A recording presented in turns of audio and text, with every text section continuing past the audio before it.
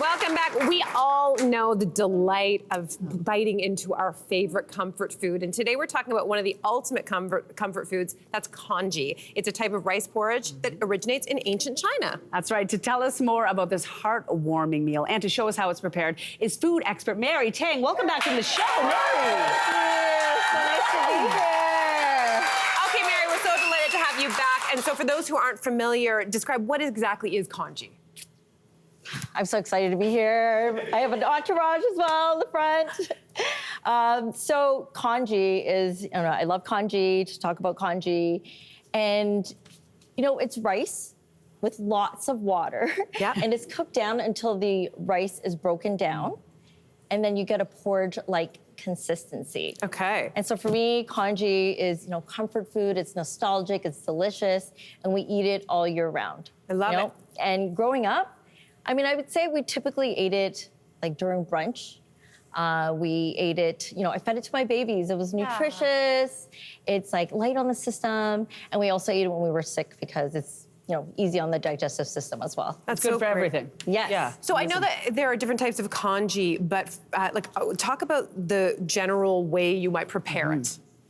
So congee, like plain congee would be, rice and water. But think of it as a blank canvas, right? So like soup. You can add so many different ingredients to it. So, from chicken to veggies, your favorite, fish congee, and then toppings. I have a ton here. So the toppings are also endless. And then in terms of preparation, so my guideline is about 1 part rice to about 7 parts of stock or water, and cook that on the stove. Or, a bunch of, electric pressure cookers actually have a porridge setting. So very easy. Perfect. Excited for you guys to get started. I can smell it. Everything smells so good. The first dish is called a century egg and pork congee. So can you tell us about that? How does that get going? Yes, so the century egg and pork congee is a very popular and famous Cantonese congee. In Cantonese, it's called pei dan sao yok chok. And it uses the century egg and then a lean cut of pork. So we have the pork tenderloin, and the way I prepared it was, half of it was cooked with a jasmine long grain rice. Oh, yum. Yeah, and then the other part was I sliced it. So, you would cook the first part with the rice and cook that down, and the other part I would slice it thin, marinate with some soy sauce, sesame oil, and then add that in at the very end with the century egg. Yeah, and can we talk about the century egg? Yes. Like what exactly? I think many people might not be familiar with this. So talk about it. Okay, so the century egg. So egg is a staple, and a little bit of background is historically there wasn't refrigeration, so it was very common for eggs to be preserved and cured. So that's kind of like the history. Okay. So and the century egg is actually a preserved and cured duck egg. Okay. Using like a clay mixture. So they might have a different, way of doing it now. But what it does is that the process changes the color. So it's not your traditional, duck eggs. It actually makes the jello-like consistency on the inside, and then it's green. So it might look, a little very different than what you're used to. But I'd say like the taste is very mild. Okay. It's pre-cooked. You can find it in the refrigeration section of Asian grocery stores, but it's pre-cooked, so you can eat it as a topping, or you can add it, inside the congee as well. So it's a magic egg. It's a magic egg. Is that what it is? A magic egg? Yes. Yeah. You said like congee has a bunch of great toppings to go with it, like varieties. So what's some of the best toppings? Yeah, to put with and congee? you know what? Maybe at the same time you can top and we can taste.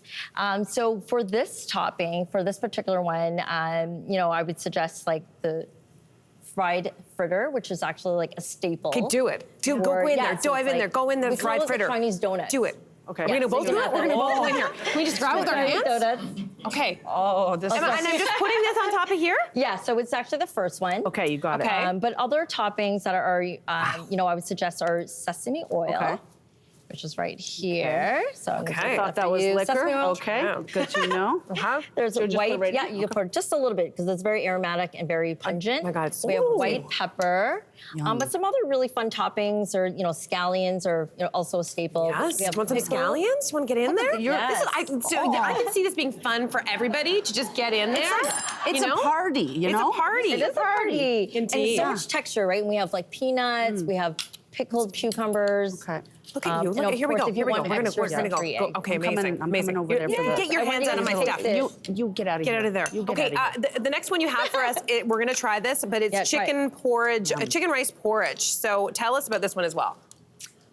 Yeah, so other countries, such as Japan, Indonesia. I hope you guys love it. It's Hope you guys really love it. It's good. classic. So other countries, such as Japan, Indonesia, they have their own version of congee.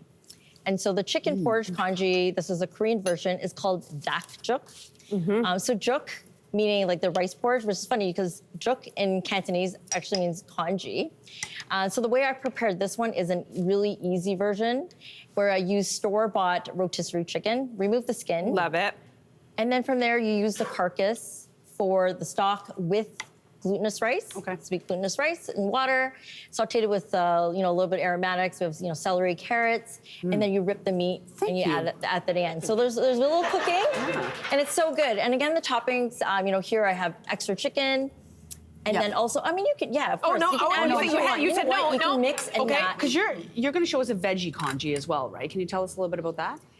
I'm diving into this one. That's all I have to say is I'm going into this one one. is so delicious. Okay. You're chowing down over Yeah, there. so with the veggie congee, so this is a Filipino congee that I'm, have prepared for you.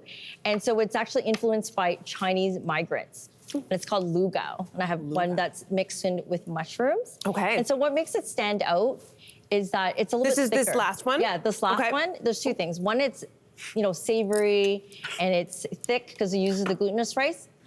You're a little bit But behind. then it also has a signature yellow tint. So if you notice the color difference, it has a signature yellow tint. So some people, some recipes, they use saffron, but I like to use safflower threads, which is milder, less expensive. And it's good, and a pinch of turmeric as well. And then the toppings, this is where I really feel like it stands out. It's so bright, it's so much texture. And I would say like, scallions are definitely like a You're like a really there for staple. me. Thank you. I But know. here, I'm helping the you out here. fried garlic and Is that what I'm doing right now? fried Fried shallots. garlic. So yeah, the fried and the shallots. Shallots gives Okay. it, it's so savory. And then there's lime. So normally there's like calamansi, which is like, I call it the Filipino lime. Yep. But lime is Mary, these are Perfect so substitute. great. We're getting like a little taste of all these different flavors. Thank you incredible. so Thank you. much for Yeah. showing these incredible recipes. So much fun. Thanks for watching. We've got lots more discussion and debates on everything from food and fashion to pop culture and current events. Don't forget to click like and subscribe.